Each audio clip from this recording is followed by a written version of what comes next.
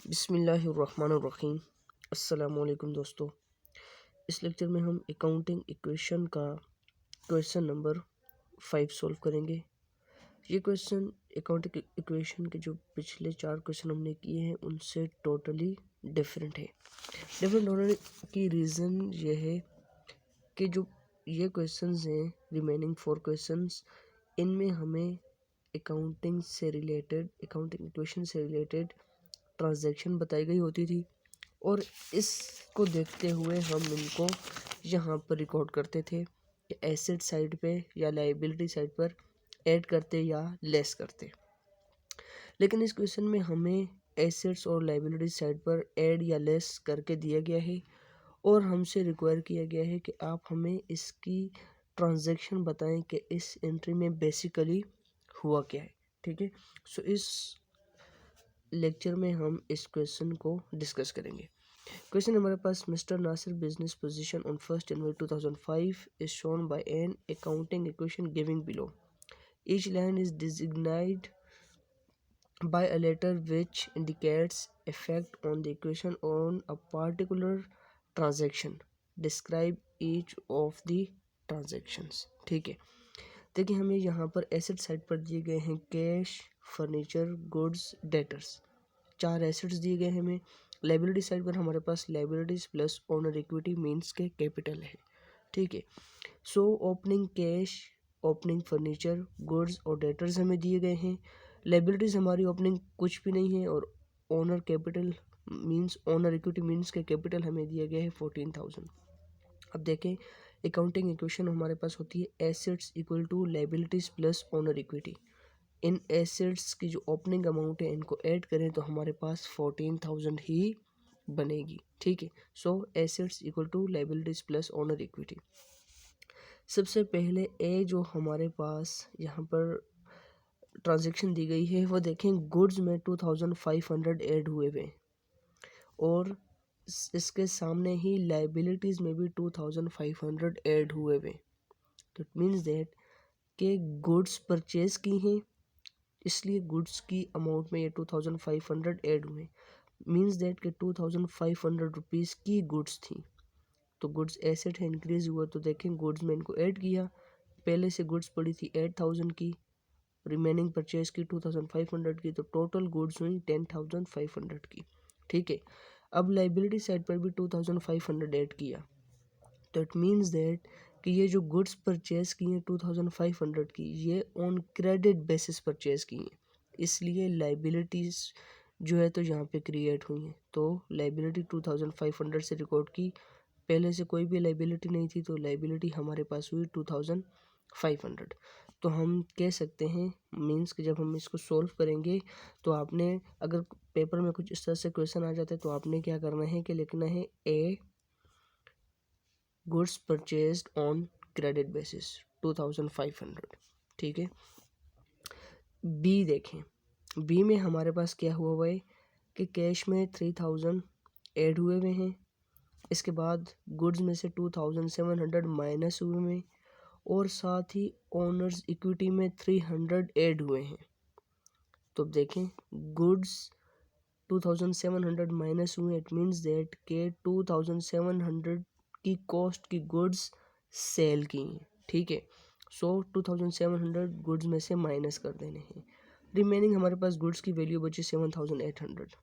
अब देखें कैश में 3,000 ऐड हुए हैं, इट मीन्स दैट कि जो गुड्स 2,700 की थी वो 3,000 रुपीज़ की सेल की हैं, तो जब सेल की तो उनके बदले कैश रिसीव की 3,000, पहले से कैश पड़ी थी 2,000, 3,000 ऐड की तो टोटल कैश हमारे पास हुई 5,000। अब देखें यहाँ पे डिफरेंस क्रिएट हो रहा है, 2,700 की गुड्स थी, 3,000 की सेल की, तो इट मीन्स दैट के हमें प्रॉफिट हुआ। तो प्रॉफिट हमेशा हमारा कैपिटल में ऐड होता है। सो 14,000 हमारा कैपिटल था, 300 हमारा नेट प्रॉफिट है। ठीक है, सो कैपिटल में ऐड किया तो टोटल कैपिटल हमारा हुआ 14,300। सो इसकी एंट्री आपने लिख देनी है कि being goods of 2,700 sold for ₹3,000। इसके बाद सी एंट्री देखें, कैश में से माइनस हुआ है 1,950। ठीक है। इसके बाद लाइबिलिटीज़ में से भी जो है तो माइनस हुआ हुआ है 2000 और कैपिटल में 50 रुपीज़ ऐड हुए हुए। अब देखें यहाँ पे लॉजिक समझें। लाइबिलिटीज़ थी हमारी 2500, हमने 2000 की लाइबिलिटी पे कर दी, ठीक है। सो 2000 हमने माइनस किया लाइबिलिटीज़ में से, तो रिमेनिंग लाइबिलिटीज़ हमारे पास बची 50। हमने लाइबिलिटी कितनी पे करनी थी 2000, लेकिन हमने लाइबिलिटी पे की 1950 कैश की सूरत में। कैश हमारे पास पड़ी थी 5000, इसमें से हमने माइनस किया 1950, तो हमारे पास कैश बच गई 3050। अब देखें डिफरेंस क्रिएट हुआ कि 2000 की लाइबिलिटी पे की, लेकिन पे कितना किया 1950। तो जो हमने 50 रुपये कम पे किया है ये हमारा प्रॉफिट कंसिडर होगा, ठीक है। सो इस प्रॉफिट को हमने नेट प्रॉफिट इसमें कैपिटल में ऐड कर दिया। कैपिटल तो हमारे पास 14,300, इसमें 50 ऐड किया तो टोटल कैपिटल हमारे पास बचा 14,350। क्लियर।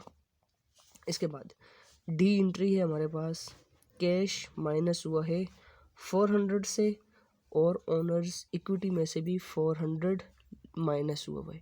इट मीन्स दैट कि जो बिज़नेस का ओनर है उसने अपने बिज़नेस से पर्सनल यूज़ के लिए कैश निकाली है, तो कैश माइनस हुई, टोटल कैश थी 3050, 400 माइनस हुई तो रिमेनिंग बची 2650, और एट द सेम टाइम हमारा कैपिटल भी डिक्रीज़ हुआ है 400 से, ठीक है।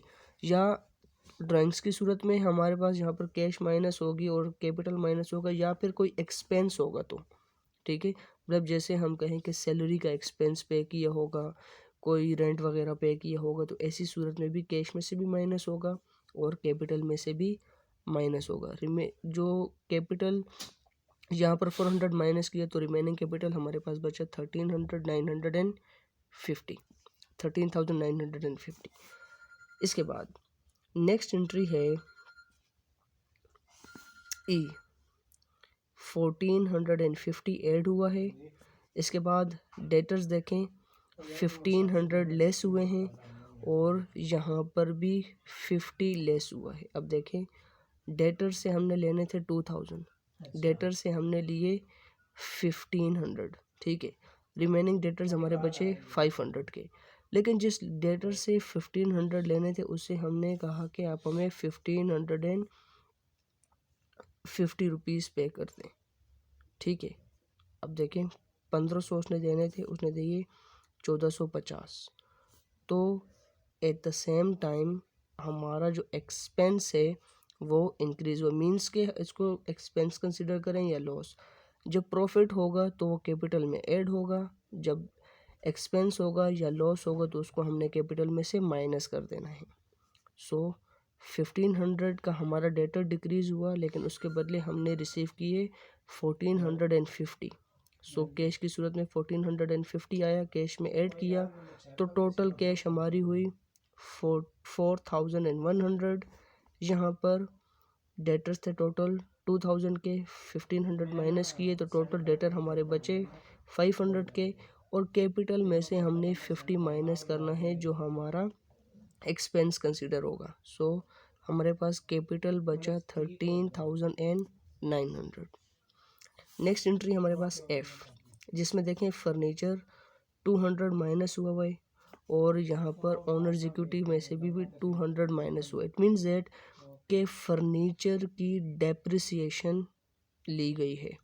डेप्रिसिएशन देखें ली तो फर्नीचर की वैल्यू में कमी आई, 200 माइनस किया, और यहाँ पर कैपिटल में से भी डेप्रिसिएशन जब भी होगी तो कैपिटल में से भी हमारी वो डेप्रिसिएशन लेस होगी।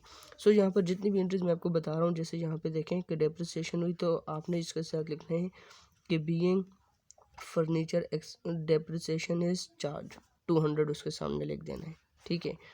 इसके बाद नेक्स्ट एंट्री है जी, 1500 ऐड हुआ है कैश में, गुड्स में 1700 लेस हुआ है और ओनर्स इक्विटी में से भी 200 लेस हुआ है। अब देखें गुड्स थी 1700 की, सेल कर दी, ठीक है। तो गुड में से 1700 माइनस हुआ, लेकिन 1700 की गुड्स सेल की 1500 रुपीज़ में, 1500 कैश में ऐड हो गए। और अब देखें हमें लॉस हुआ ना कि 1700 की गुड्स हमने 1500 की सेल की, तो जो लॉस हुआ है 200 का, उसको हमने कैपिटल में से माइनस कर देना है। सो हमने लिख देना है कि goods of 1700 rupees sold for rupees 1500। ठीक है। सो ये कुछ इंटरेस्ट थी जो हमने डिस्कस की, और इनकी आपने ट्रांजैक्शन ज़रूर लिखनी है। ठीक है। इस क्वेश्चन में आपसे ट्रांजैक्शन पूछी गई है, जो मैंने आपको यहाँ पर सारा डिस्कस करके बता दिया है कि किस एंट्री में क्या चीज़ हमने सेल की है या परचेज़ की है या डेप्रिसिएशन वगैरह चार्ज हुई है।